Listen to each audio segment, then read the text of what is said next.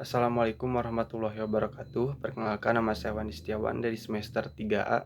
Di sini saya akan mereview materi pertemuan kelima mata kuliah Hukum Pidana Lanjutan dengan dosen pengampu yaitu Profesor Dr. Hajah Heni Nuraini SHMH dan juga asisten dosen yaitu Dr. Muhammad Dendi Aridayandi SHMH. Dalam pertemuan kelima ini membahas mengenai bab 3 mengenai perbarengan atau gabungan tindak pidana atau juga semen law atau konkursus. Adapun pengertian perbarengan atau gabungan tindak pidana atau konkursus atau semen law dalam KUHP tidak ditentukan definisinya, tetapi dari rumusan pasal-pasalnya dapat disimpulkan.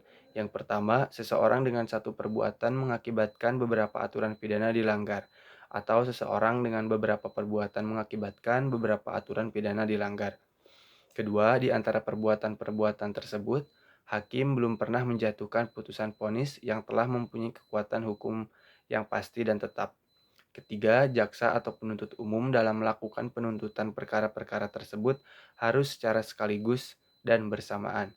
Di antara ketiga pengertian tersebut, yang paling penting adalah yang nomor satu karena menyangkut perbuatan. Selanjutnya, pengaturan perbarengan atau gabungan tindak pidana diatur dalam buku 1 KUHP bab 4 pasal 63 sampai 71.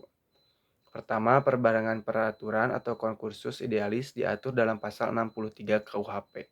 Kedua, perbuatan berlanjut atau forged handling diatur dalam pasal 64 KUHP.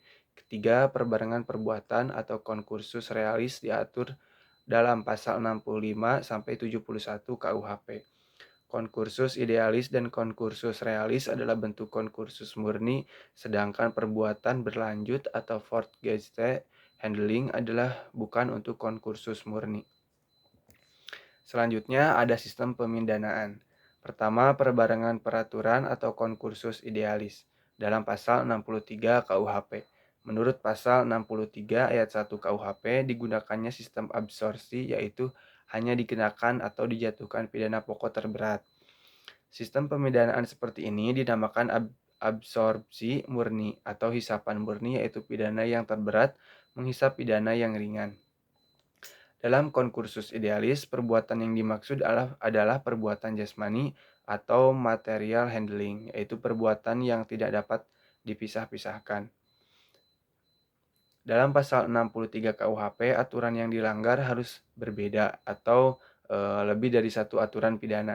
Tetapi dalam praktek sering terjadi beberapa perbuatan yang hanya melanggar satu aturan pidana.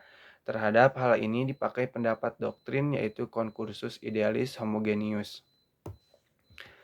Adapun perbuatan berlanjut atau forged handling, menurut pasal 64 ayat 1 berlaku sistem absorpsi, yaitu hanya dikenakan satu aturan pidana dan jika berbeda-beda dikenakan ketentuan yang memuat ancaman hukuman pidana pokok yang terberat.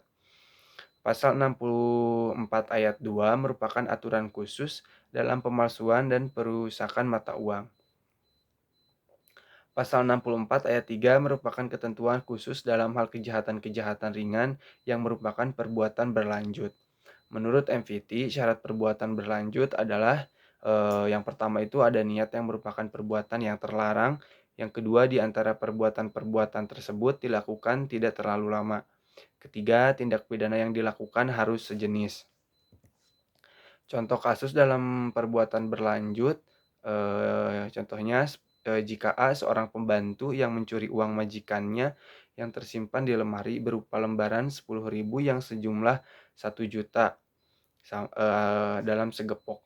Uang tersebut tidak diambil pembantu secara sekaligus, melainkan setiap hari hanya 2 lembar saja, dan baru 3 kali mencuri keburu ketahuan oleh majikannya. Nah, untuk kasus ini hanya dikenakan satu pasal saja terhadap pembantu tersebut, yaitu pasal 362 KUHP. Mungkin cukup sekian review materi yang dapat saya sampaikan. Wassalamualaikum warahmatullahi wabarakatuh.